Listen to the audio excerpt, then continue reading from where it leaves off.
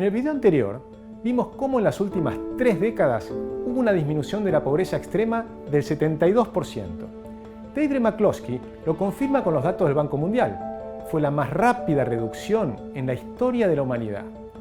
En El Gran Escape, el premio Nobel Angus Deaton describe cómo muchos países salieron adelante creando un contexto donde la riqueza se multiplicó. Inicialmente, esto generó una gran desigualdad con respecto a los que se habían quedado con las viejas instituciones del pasado. Pero creer que esa desigualdad es inherente al sistema capitalista es no comprender cómo se multiplica la riqueza. Imaginemos un archipiélago, donde viven unos pueblos que aún no conocen la navegación. Imagínate que en una de esas islas alguien inventa el anzuelo y la caña de pescar.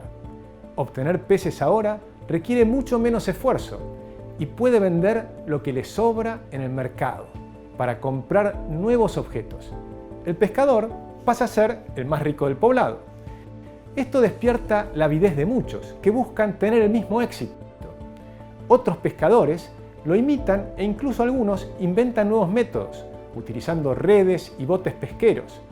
Así se multiplica la pesca y baja naturalmente el precio de los peces y de los alimentos en general. Con el aumento de la productividad ya no se necesitan tantos pescadores. Los más eficientes se hacen muy ricos y el resto pasa a dedicarse a nuevas actividades.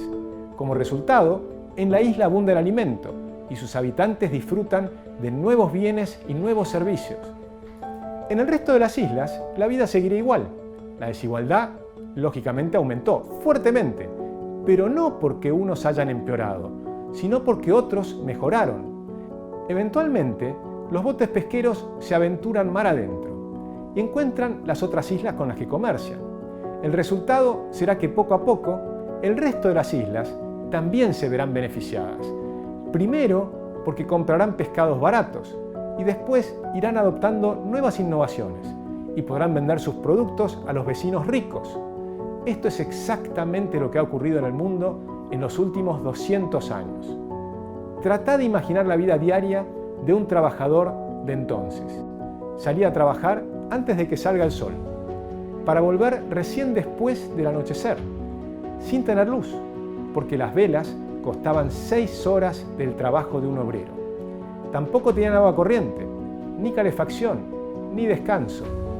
Los ricos, en cambio, tenían cientos de velas y decenas de sirvientes que corrían a traerles el agua y a bañarlos con jabones y perfumes. Las diferencias eran abismales. Había comida para ricos y comida para pobres. La música que escuchaban era diferente, las orquestas y el candombe. Unos andaban a caballo y otros a pie. Hoy cualquier trabajador de un país capitalista vive casi igual que un rico. Se despierta con el mismo sonido del celular. Se da una ducha caliente, se sube al auto y enciende la radio y el aire acondicionado. Trabaja 8 horas, a veces menos que sus jefes. Y en las vacaciones se toma un avión para ir a Orlando, a Disney. Escucha la misma música, come igual y su expectativa de vida es similar. La calidad de vida ha mejorado notablemente. Los pobres en Estados Unidos tienen aire acondicionado, celular, radio, televisión, microondas y el 88% también tiene auto. Su expectativa de vida es el doble de la que tenían los ricos en 1900. Esta mejoría se desparramó por todo el mundo. La esperanza de vida rondaba los 28 años tanto en la antigua Roma como en la América precolombina, pero era apenas algo mayor a 30 años en la Europa de 1800 y aún menor en China y la India.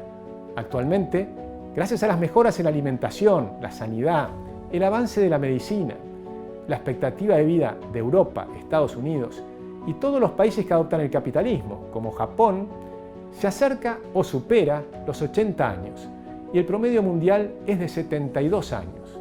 En síntesis, a la hora de hablar de igualdad, no es tan importante enfocarse en lo que tienen los más ricos, sino en cómo hicieron su dinero y en la calidad de vida de los menos privilegiados.